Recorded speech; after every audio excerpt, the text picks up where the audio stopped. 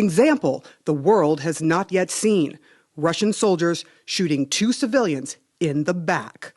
CNN obtained the surveillance video taken from this vehicle dealership that sits along the main highway to Kyiv.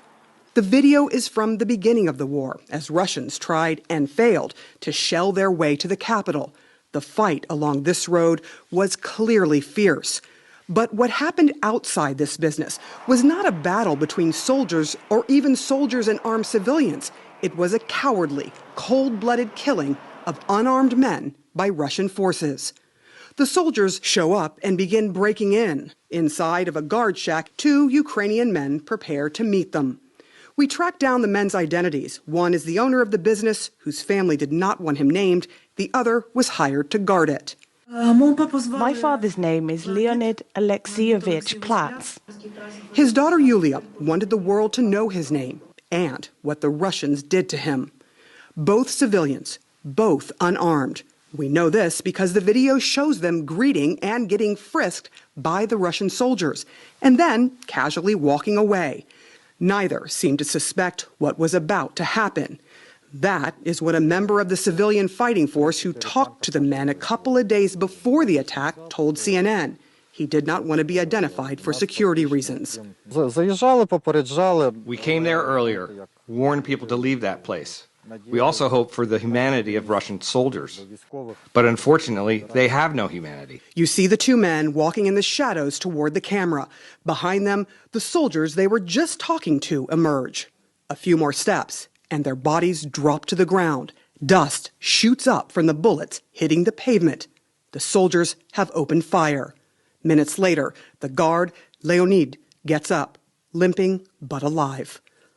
He manages to get inside the guard booth to make a call to the local guys for help. This is one of those guys, a Ukrainian truck driver turned civilian soldier. First of all, we felt a big responsibility. We knew we should go there because a man needed our help. He was still alive.